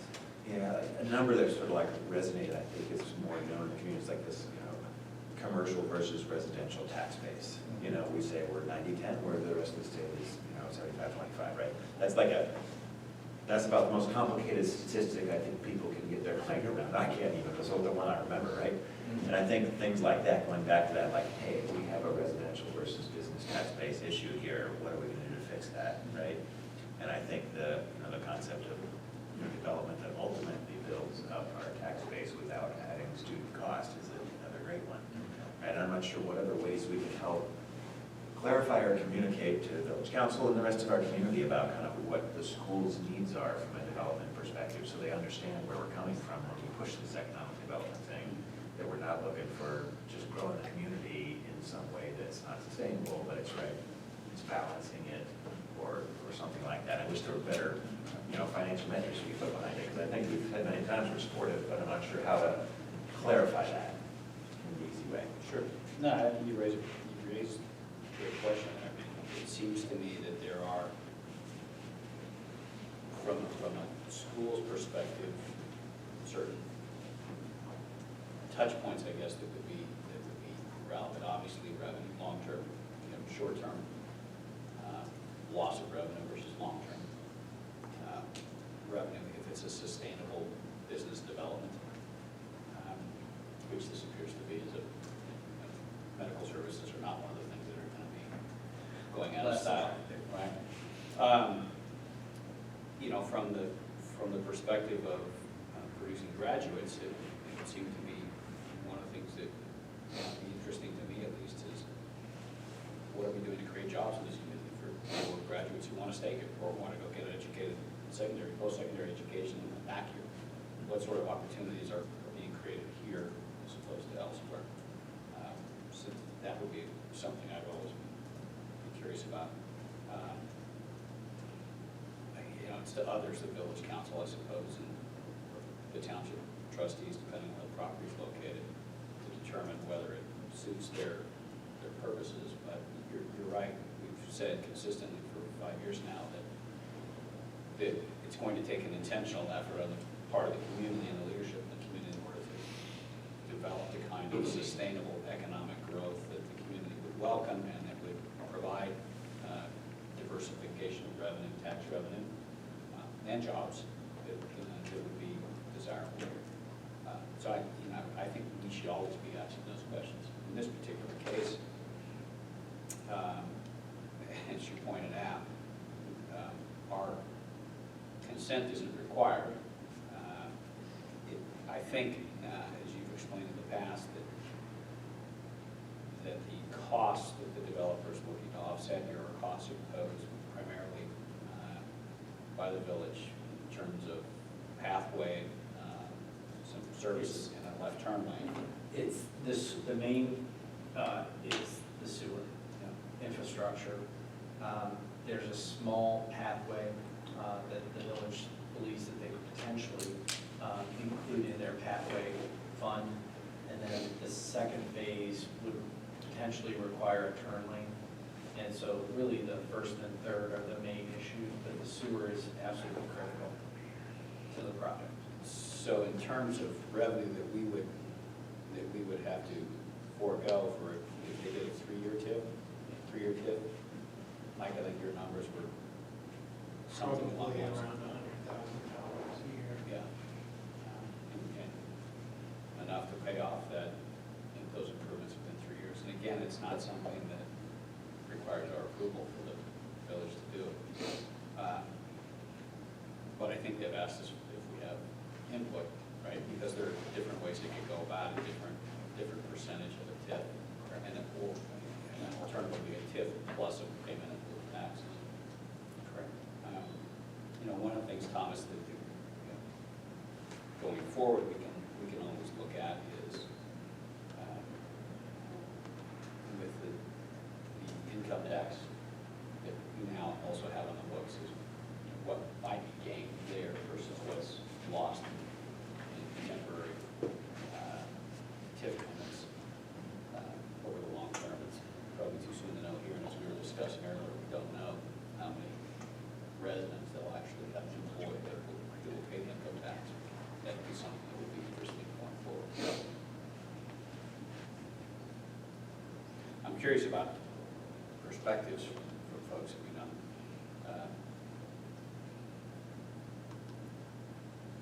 Well, I'll leave it at that. I'm curious.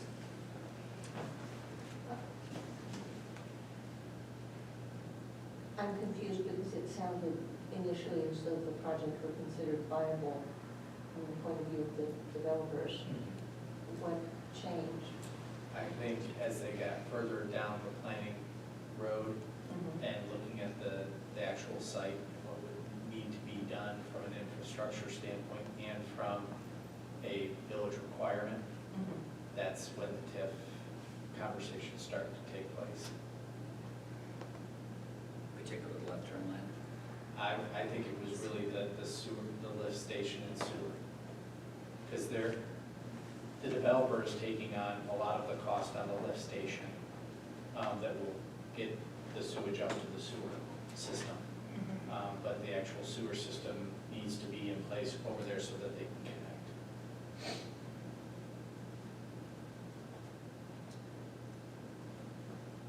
And I think there's some broader benefit to the community by that sewer location being there. So it's not just to benefit that one entity. So talk specifically about the revenue change that's going to happen and what the implications of that are. So this is new construction, so we would get new money. Correct. Right? So by foregoing with a TIF in some way, we would not get that incremental money for a period of time. So it's not that we would get any less money because of this, it's that we would be delayed in getting money to the order of $1,000 a year. That is correct. Right? So I think that's something to keep in mind, that it's not like we're, by agreeing to this process, we're not losing revenue necessarily if this is what the project hinges on, right? And there's, I don't know how they would demonstrate that or prove that, or, you know, why they didn't figure that out to begin with, right? Those are all great questions, right? But if it isn't indeed true that the development would not happen, then, you know, then we would never get increased revenue from this project effectively. But by foregoing for 3 years or by some percentage or whatever, right, we're saying, well, I mean, our plans are still in place and we didn't plan this in our financial model anyway, right? So we're fine with our financial plans. It's just that 3 years from now, we're going to have increased benefit of this. Is that kind of a good way to phrase that? Yes. Is 3 years solid? Well, Most kids I that I've heard of just made are that up, I don't know. significantly older than that. It's a small dollar amount that they need to do the project. I think we've heard estimates from 300 to 400,000. And based on the value, potential value, Mike's done a couple of different analyses.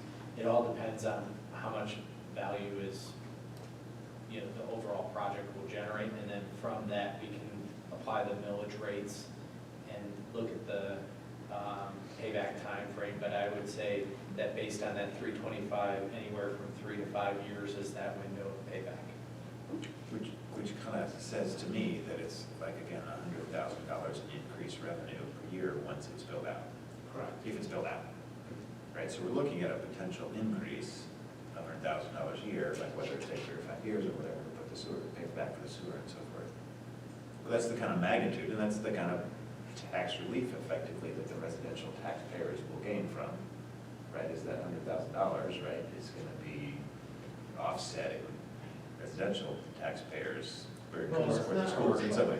It won't really offset. What it does is by having that additional revenue, it pushes out the need for new money and One way or potentially another, lowers the rate we would need Right. if we got to a point where we needed the money Right. sometime well out into the future. Right. And Mike, the value assumption on the real estate is based on this first phase of one only, right? They have Correct.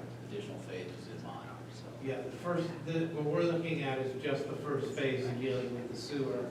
Presumably, we'd be looking down the road at a second and third phase, and then potentially the left turn lane coming into play with the second and third phase. Conceivably increasing the value and therefore the revenue to us. Correct. And some of those include residential as well, or is this only a? This is strictly commercial.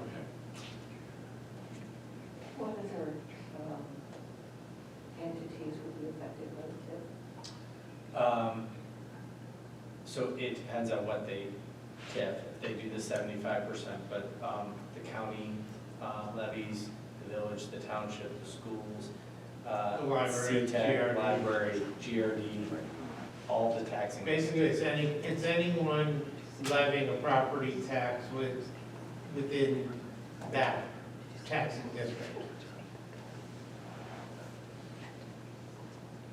None of those entities would receive any less money because of this F, it's just they would not receive more money Correct. with the development.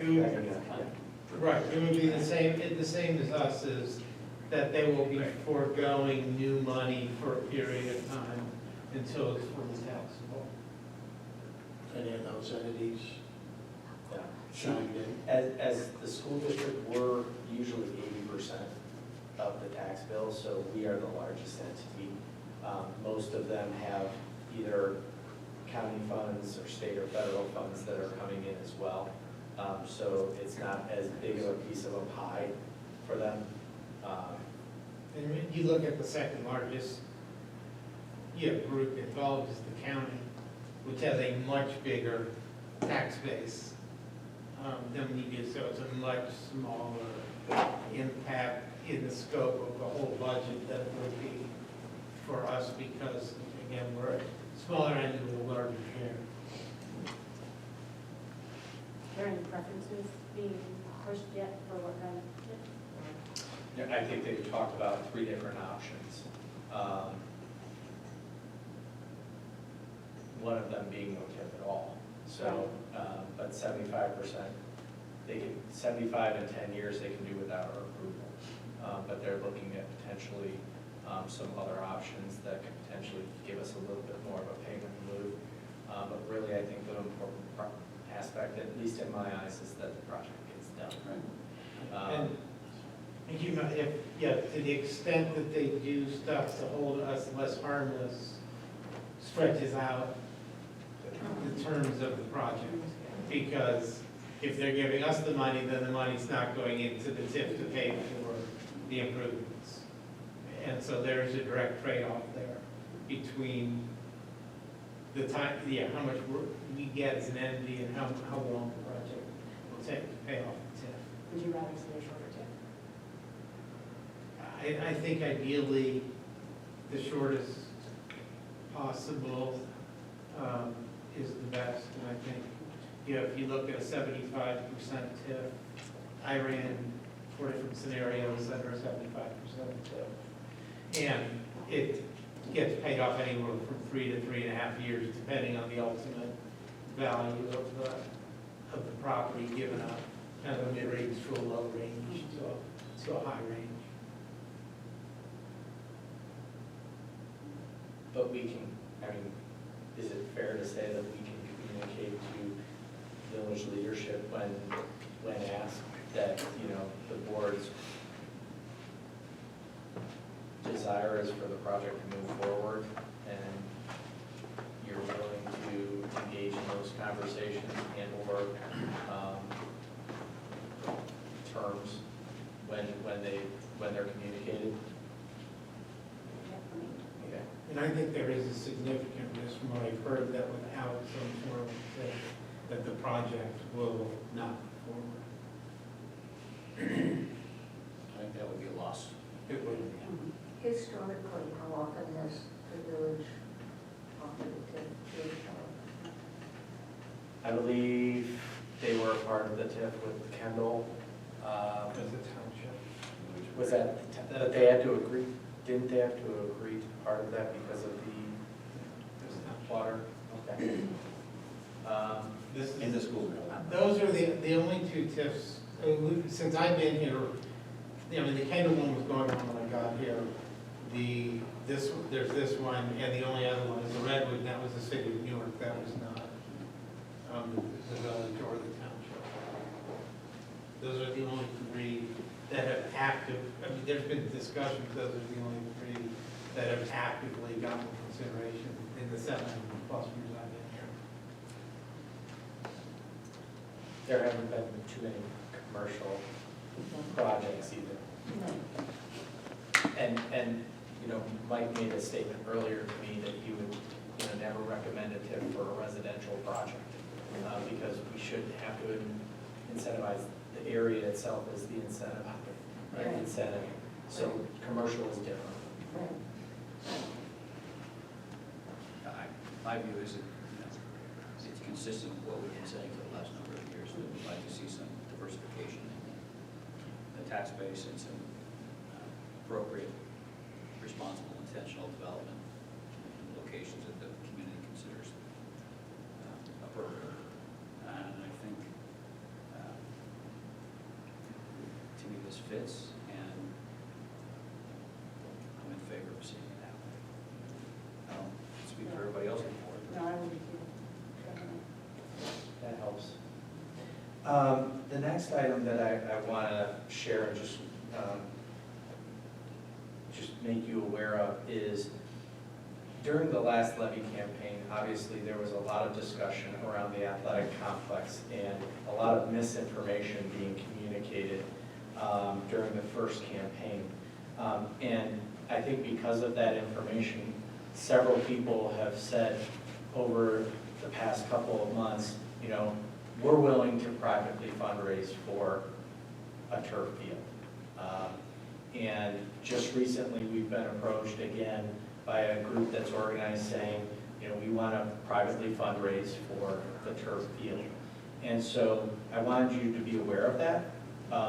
And what I would like to do is maybe identify 1 or 2 board members to meet with this group, and then bring back a report in February, again, identifying that this is a completely private process that is not necessarily you know, taking place with the schools. It's an independent process that people want to undertake on our behalf for the benefit of our facilities.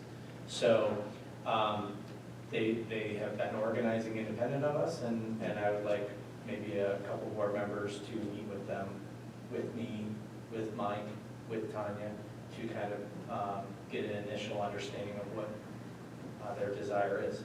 So is anyone interested in that process? I'm happy to do it unless I think, you know, some additional context there. I mean, one of the things that we talked about at the stadium itself is the fact that we think that the track is going to need to be, we're patching it every year. It appears the end of its useful life is going to need to be We have replaced. Yes.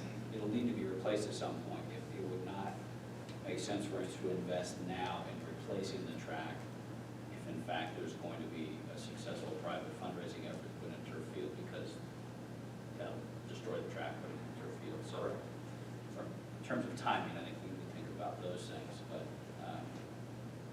But the fact that this is an entirely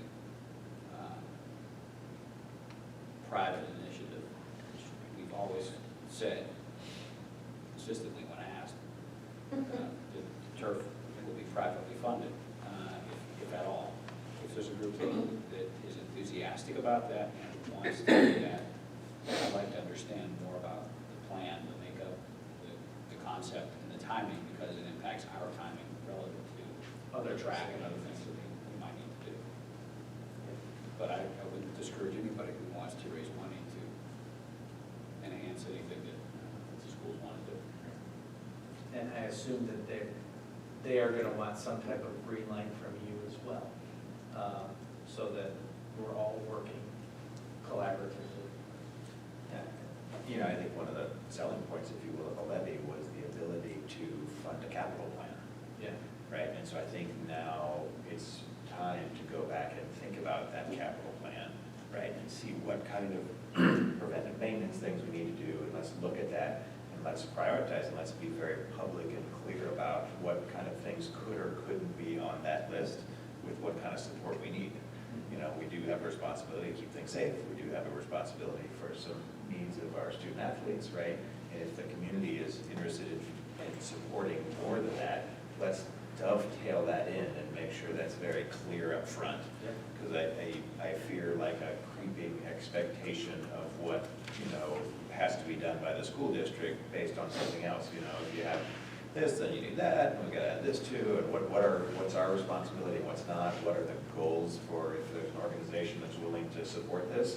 In the short term, medium term, long term, what are the stretch goals? How does that kind of phase in? What could that look like with different levels of public support? Absolutely. And private support. And how I that think combines. that's I think a critical conversation that a couple board members and the administration need to have with any group that wants to publicly fundraise on our behalf. I'm happy to join Fred in that endeavor unless anybody else wants to. we'll look forward to updates and best wishes with that, and thanks to the community that's willing to step up that way. I think what we'll do is we'll put on the agenda now that we'll come back and report in February. I'm getting a lot of homework here tonight. You want? Welcome to an organizational/regular board meeting, Fred. It's a short meeting. Yeah. It's a short meeting. Yeah. Yeah. Okay, that's all I have. Anything else? Anybody has in mind to discuss? No? Okay. Okay. We have one whopping agenda item. We have the resolution of appointment of the Licking County Educational Service Center to be our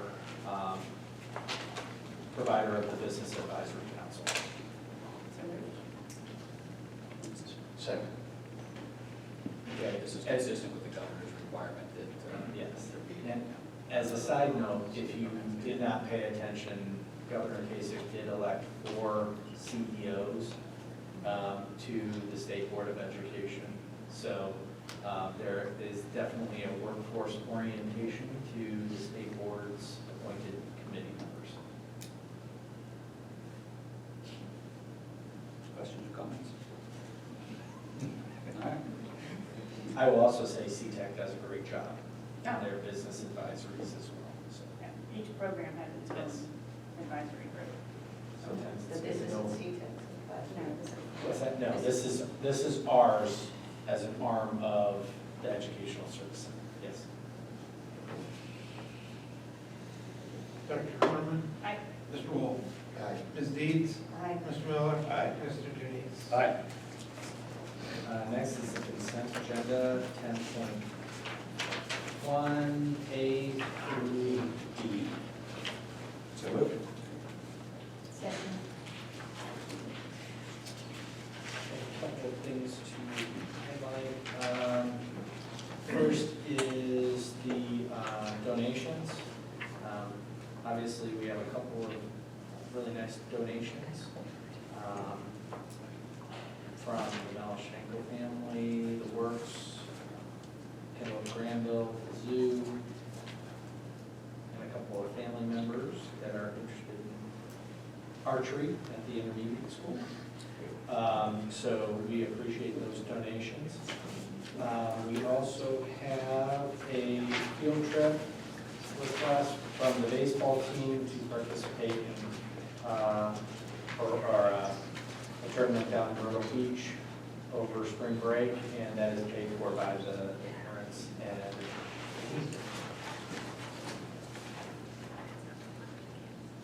Questions? The baseball team, they do, are they gonna start traveling every other year rather than every year? they did not travel last year. That's what I was thinking.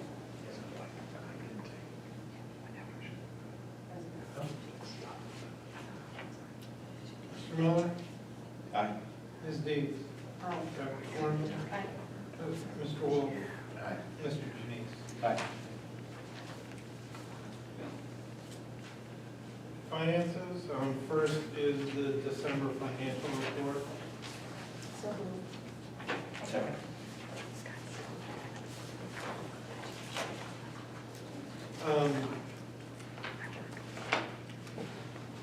Nothing real exciting going on. The month was good as far as our revenue.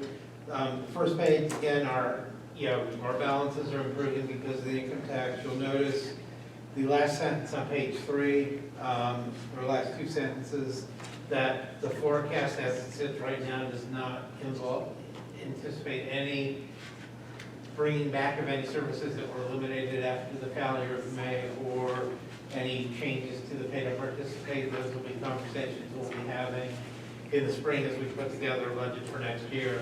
So to the extent any of those things change, that will of course eat into or potentially change what the long-term cap balances look like. The revenues were pretty much right on target for the month from what we're expecting. Expenditures were quite a bit below. The biggest reason for that, about half of that was because the STRS payment for the month was not posted until the first couple days of January. And so that, it looks like our benefits are way below what we were expecting, but that's why. We do have a pretty sharp drop off in our purchase services. As we talked about earlier, we've been running ahead, especially in maintenance, but we knew that would catch up because they have a fixed budget, and that did catch up as they were spent substantially less than they did last year in December. We brought that more in line to where we were expecting. The electric area, electric costs are still running high. We've done some research into that, still have more to do. What we do know is that it is not being driven by consumption. Consumption is pretty much in line with what it was during the same period last year.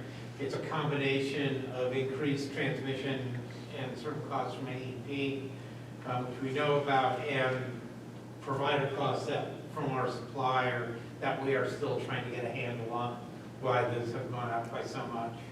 But the good news is that it's not an issue where our consumption has started to pick way back up again. We did have a little bit of bump in the summer from the hot weather, but that was really about it as far as consumption. And that's really about it. I think we're in good shape with where we expect to be at the end of the year, being pretty much in line with what we anticipated. Questions?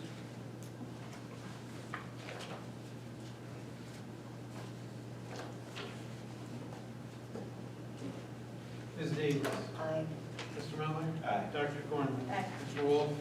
Aye. Mr. Janice. Aye. 11.02 is the annual acceptance of the amounts and rates for our property taxes. Second. This is something we must do each year. We are doing it in January this year because the county has calculated everything correctly, which did not happen last year. And so we had to wait till they corrected things. I am comfortable that they are correct. They did do the inside millage swap as we anticipated. The 1.25 mills is now going into our capital fund, into the PI fund. The other 1.5 will not happen until a year from now. They can only do 1 year at a time. But I am comfortable that the rates are calculated properly for the year, so we can go ahead and accept them. Questions? If there is any change in the rates that we proposed as a part of the previous levy, what's the timing of that? That's all next year. Starting in next? That'll be for tax year 19 payable in 20. What we will see is the capital maintenance levy expires at the end of this year. That must go away. The PI levy expires at the end of this year. That can only continue if we place it on the ballot. And there's no, our residents, we are not placing that on the ballot as part of that initiative. And then the bond rate will change. We will ask for a lowering of the bond rate, probably in a 0.5 to 0.6 mil range. As we get through the year a little bit better, we'll have a little better sense of exactly where that's going to end up, but it's still going to amount to a 5% drop in our residential taxes a year from now.